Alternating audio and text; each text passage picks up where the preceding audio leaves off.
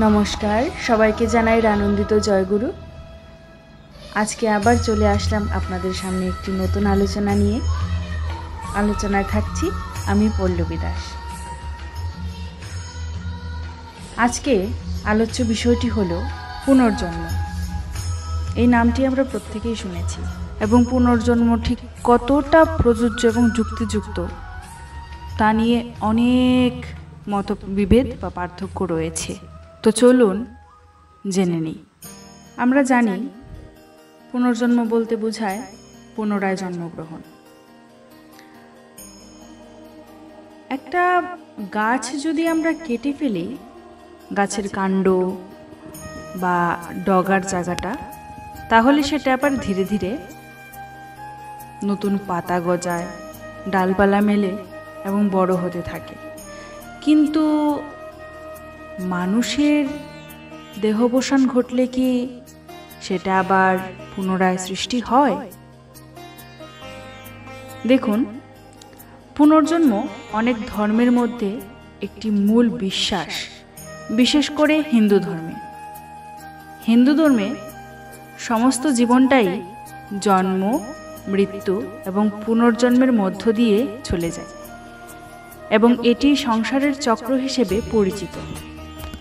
কি মোটামুটি বোধগম্য হলো তো? এই পুনর্জন্ম নিয়ে বিজ্ঞানী এবং গবেষকদের মধ্যে একটি উত্তপ্ত বিতর্কের সমাগম আমরা লক্ষ্য করি, এবং এটি একটি খুবই আলোচ্য বিষয়। তথ্যটি সর্বপ্রথম ভগবদ গীতায় উপস্থাপিত হয়েছিল, যা ছিল বীর যোদ্ধা অর্জুন এবং ভগবান শ্রীকৃষ্ণের মধ্যে কথোপকথন। সেখানে ভগবান কৃষ্ণ, অর্থাৎ বাসুদেব কৃষ্ণ নামেও যিনি পরিচিত, তিনি অর্জুনকে বললেন এবং শিক্ষা দিলেন যে কেউ জড়দেহকে হত্যা করতে পারে, যা তার সময় পর্যন্ত বেঁচে আছে, কিন্তু কেউ আত্মাকে হত্যা করতে পারবে না, যেহেতু এটি মহাবিশ্বে প্রবাহিত হয়। কারণ আত্মা অমর, অবিনশ্বর এবং হত্যা করা যায় না। মৃত্যুর সময় আত্মা অন্য দেহে পুনর্জন্ম লাভ করে। এখানে শ্রীকৃষ্ণ বলতে চেয়েছেন যে আত্মার কখনো মৃত্যু ঘটে না, আত্মা শুধু দেহ খুঁজে বেড়ায়। একটি মানব দেহের যেরূপ অবসান ঘটে, আত্মার সেরূপ ঘটে না। মৃত্যুর সময় আত্মা অন্য দেহে পুনর্জন্ম লাভ করে, বা যারা সত্যিকারের শিক্ষাগুলিকে পুরোপুরি আঁকড়ে ধরেছে এবং অনুভূতি, শরীর, বস্তুবাদী আকাঙ্ক্ষা ছেড়ে দিয়েছে এবং একনিষ্ঠ এবং একমাত্র সত্তা ঈশ্বরের জন্য তাদের জীবন উৎসর্গ করেছে।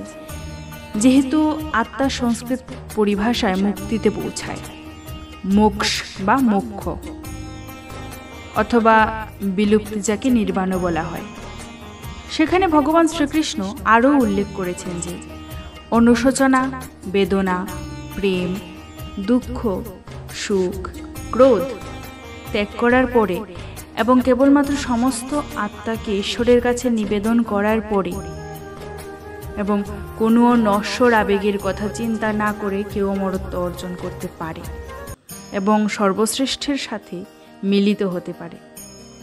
সব ঈশ্বর তার পাশে ফিরে যান। একটি আত্মা যখন একটি মানুষের মধ্যে প্রবেশ করে, মানব শিশু থেকে সে ধীরে ধীরে একটি পরিপূর্ণ প্রাপ্তবয়স্ক লোকে পরিণত হয়। তার জীবন দশা চলাকালীন সময়ে সে যদি অনুশোচনা, বেদনা, প্রেম, দুঃখ, সুখ, ক্রোধ সবকিছু ত্যাগ করতে পারে, তবে সেই কেবলমাত্র ঈশ্বরের অধীনে থাকতে পারে। 1926 সালে ভারতে শান্তিদেবীর সবচেয়ে বিখ্যাত ঘটনা না হওয়া পর্যন্ত পুনর্জন্ম এবং পুনর্জন্মের কোনো ভিত্তি ছিল না।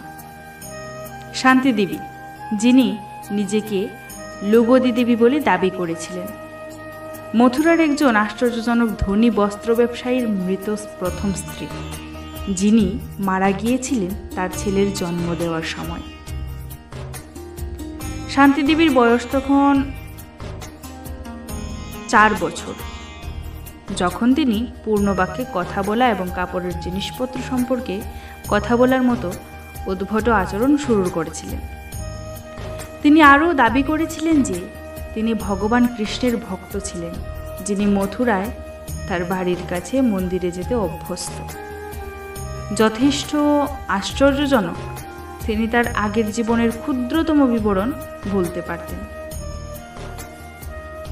মার্কিন যুক্তরাষ্ট্র থেকেও এরকম একটি ঘটনা রয়েছে, যেখানে ব্রুস এবং আন্দ্রেয়া লেনিনজারের 2 বছর বয়সী ছেলে জেমস লেনিঙ্গার দাবি করতে শুরু করেছিলেন যে তিনি একটি বিমান দুর্ঘটনায় মারা গিয়েছিলেন, যেখানে দ্বিতীয় বিশ্বে জাপানি সৈন্যরা তার বিমানটি গুলি করে ভূপাতিত করেছিল। তার মৃত্যু, পরবর্তী জীবন এবং কিভাবে তিনি মারা গিয়েছিলেন, প্রাথমিক মৃত্যুর সময় তার সাথে থাকা লোকেদের সাথে তার এতটাই স্পষ্ট পুনর্জাগরণ ছিল যে তিনি যে ঘটনাগুলি বলেছিলেন তা অস্বীকার করা প্রায় অসম্ভব ছিল, যা তিনি ছিলেন। তিনি তার খেলনা প্লেনের সাথে যেভাবে মারা গিয়েছিলেন সেভাবে তিনি পুনর্বিবেচনা করেছিলেন এবং তার সামনে উপস্থাপিত যে কোনো খেলনা বিমানের স্থাপত্য বলতে পারেন। তিনি তার আগে মারা যাওয়ার তার বন্ধুদের নাম এবং সেই দিন তার সাথে থাকা ব্যক্তির নাম স্মরণ করতে পারেন। ধীরে ধীরে তিনি সব কিছু বিস্তারিত বলতে থাকেন। তিনি ঠিক জানতেন কোথায় জাপানি সৈন্যরা গুলি করেছিল, যার ফলে তার মৃত্যু হয়েছিল। এটি ইঞ্জিন ছিল নাটুমা উপসাগরে।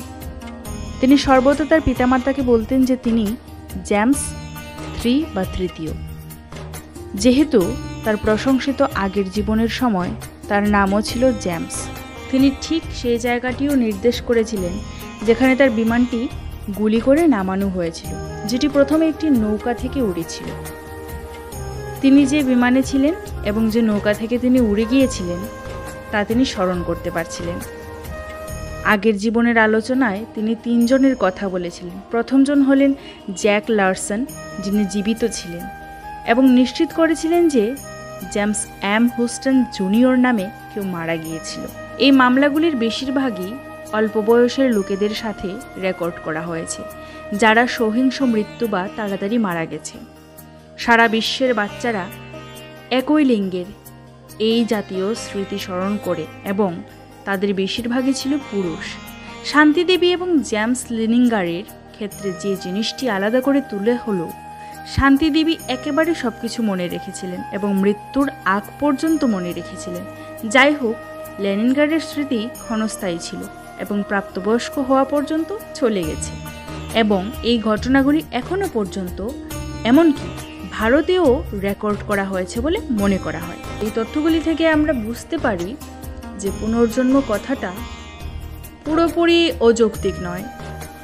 মৃত্যুর পরে আত্মা আবার জীবিত হওয়ার জন্য নতুন শিশু বা প্রাণীতে স্থানান্তরিত হয়। স্থানান্তর শব্দের অর্থ মৃত্যুর পরে এক দেহ থেকে অন্য দেহে আত্মা চলে যাওয়া।